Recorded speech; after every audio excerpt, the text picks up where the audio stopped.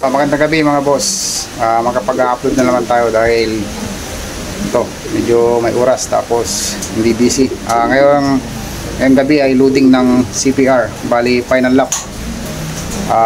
Apari. Yung last Sunday namin talagang pahirapan ng pauwi dahil yung dadaanan ng ibon talagang ulan. Hanggang sa Pangasinan may parting ulan. Tapos dito sa akin ambon-ambon nun.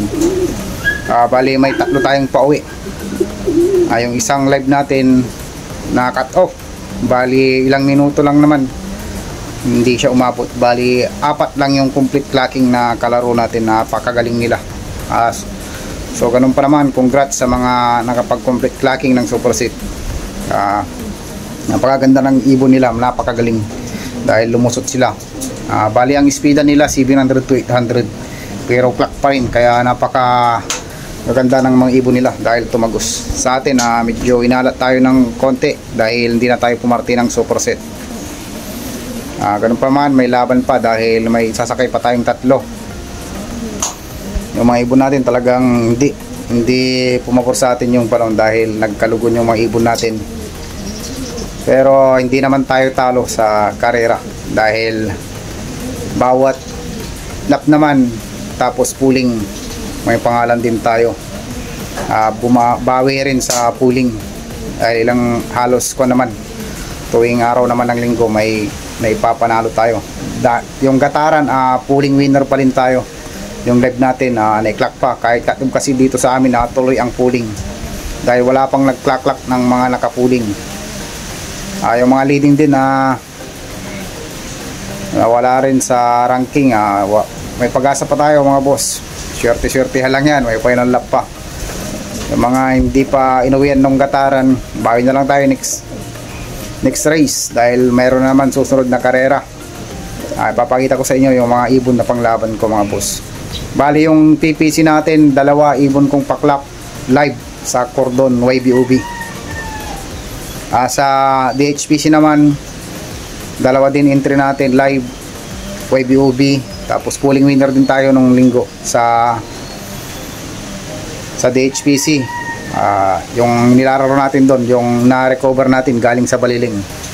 Bali isa lang yung bala ko sa DHPC na Young Bird. Tapos galing pa sa Baliling. Hanggang ngayon may con pa siya. Gumaganito pa yung kanya pero hindi na siya umiikot. Survivor na siya sa Baliling. Bali hindi siya nakakahawa dahil nakahalo siya dati sa flyer hook ko, walang hawa na Baliling. Since kon na yun 2 months pa lang niya umikot na ulo niya. Tapos binilad ko ng siguro mga 3 months. Nakabilad sa ulan araw. Pero ang ininom niya Sunrox. Okay siya. Ngayon napalipad ko. Bali late na siya ng Romonda tapos na viewing. Naturuan ko ng lumipad na bali 4 months na siya nung umikot. Nagronda-ronda. Ngayon nasa kon na. Bali 2 beses na siya panalo sa pooling. Ay papakita ko sa inyo yung panglaban natin ngayong Apari tapos bigan ng PPC. Bali ito yung panglaban natin ng bigan, complete clocking YBOB sa PPC. Bali bigan sila sa linggo. May ko na rin sila silibasi. Kasilibasi widowhood dahil babae. Ayaw pong may itlog. Ito naman yung isa. Ito konto, complete clocking din siya.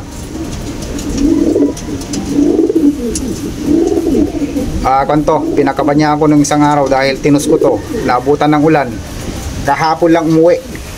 Nakasurvivor pa naman ito. Ito pares niya, ordinary lang.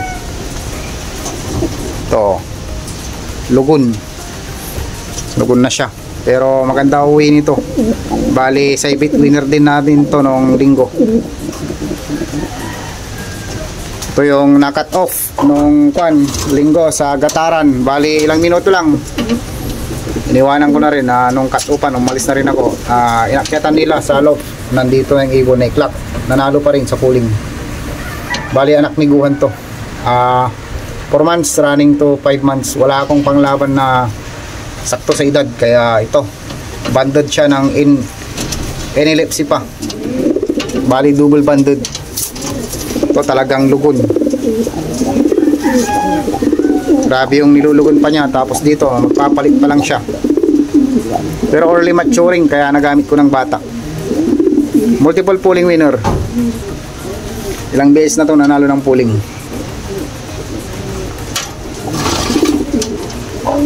Ito naman yung isa. Kinaumaga na uwi nito. Bali lugun. Oh, ito si Josh, galing ng South. Bumutas ng gataran. Ito yung ipot nila, kondisyon naman. Bali basketing nila mamaya.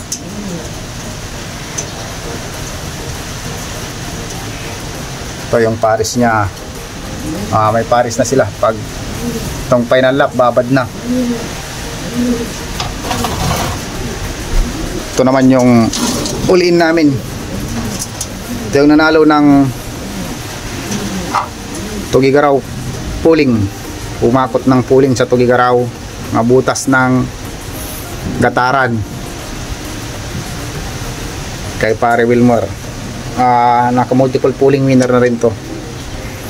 Bali naka all-in din to.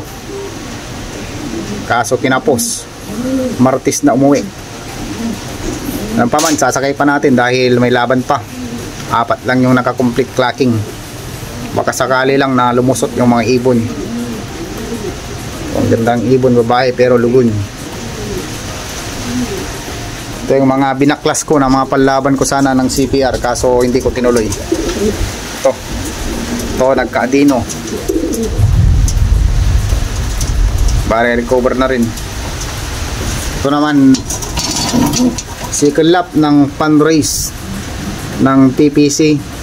Bali sumalpok, wasak yung dibdib, kaya tinigil ko rin. Ito maganda na rin. Bali yung mga ibon ko, kung mapapansin nyo, double banded. Dahil pagkatapos ng karera nila dito, ito bata siya sa PPC. Pagkatapos ng karera nito, kakarera siya sa CPR. Bali young bird ulit. Karamihan sa ibon ko double banded. Kaya pag natisgrasya ng isang club na young bird, may pag-asa pang magiging young bird sa isang club dahil pag nalit silang nagbigay ng rings doon, sinasalpak ko.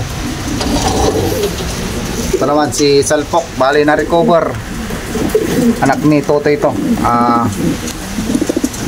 Bali may kausap na ako dito dati na kukuha. Hanggang sa tinus ko na naman, gumaling na yung pakpak niya, hindi na siya bali. Bali ito yung panalo ng DHPC. Panalo yan sa pulling 1 lap. Tapos nabalian ng pakpak, bumalik. Jo, galing na siya ng San Juan. Tinatus ko na ng San Juan La Union. Okay yung uwi niya. Ito rin, bagong injury na naman. Double banded ng inelipsi.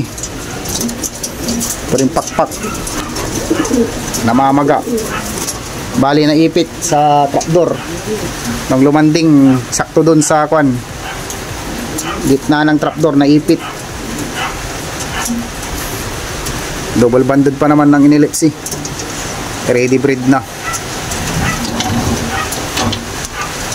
Ito anak ni Angel tapos Lance. Bali naglabas ng blue bar. Ang gandang babae. Ganda ng kondisyon. September training nito, pero pag may club na pwedeng paglaruan, ilararo ko na rin. Your bird ko na lang kahit young bird pa. So yung pares niya, Red Devil.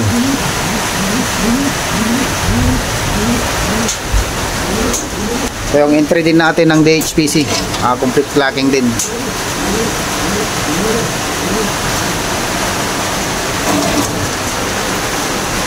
So yung mga gamit nating pang widowhood, mga ordinary. Yung mga iba, yung iba dito breeder ko. Ito yung mga makukulit ko na sinasanay ko na. Dahil malapit na rin ang training nito.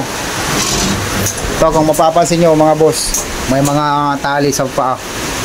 Ito pang south. Ito first batch ng mga pang south ko. Bali PPC. Yung sa akin hindi pa ako nagpalit ng karton, bali 2 weeks na.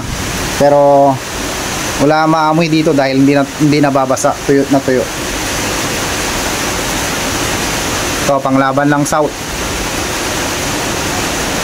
Bali pag tatanggalin ko na rin yung mga tali nila, pag babawasan ko na, uumpisan ko na maggupit ng pakpak tapos buntot.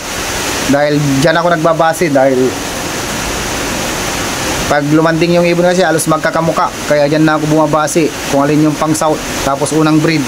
Ito namang mga nandito, iba yung kulay ng kwan, tali nila, kulay blue tapos itim, para may maikwan ko, makita ko agad kung alin yung kwan, ang grupo sila. Ito mga bata, galing ng one-eye code lahat, pero ngayon magagaling na. Mas gusto ko mga one-eye code talaga. Ito halos 2 buwan sila dyan sa viewing, pero ngayon nakarecover na sa one-eye code. Bali may namatay din akong isa dahil hindi kinaya. Mas maganda pa yung kwan, maaga mawala kaysa gagamutin. Sa akin gumaling sila, herbal. Kapag bata hindi ako nagpapasok ng antibiotic, kusang gagaling. So mayroon pa, pero pagaling na rin, galing sa kuray sa itong mga to.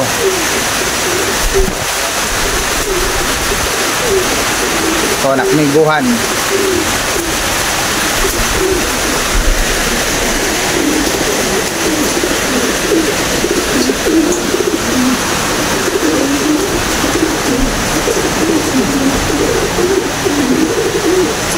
So ang gandang babae.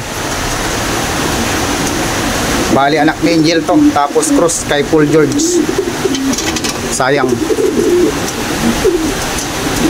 Ready breed na rin to.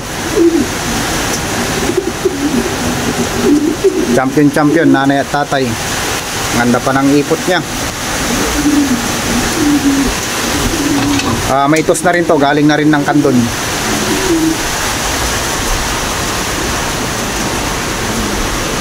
Hanggang doon lang mga boss. Maraming salamat.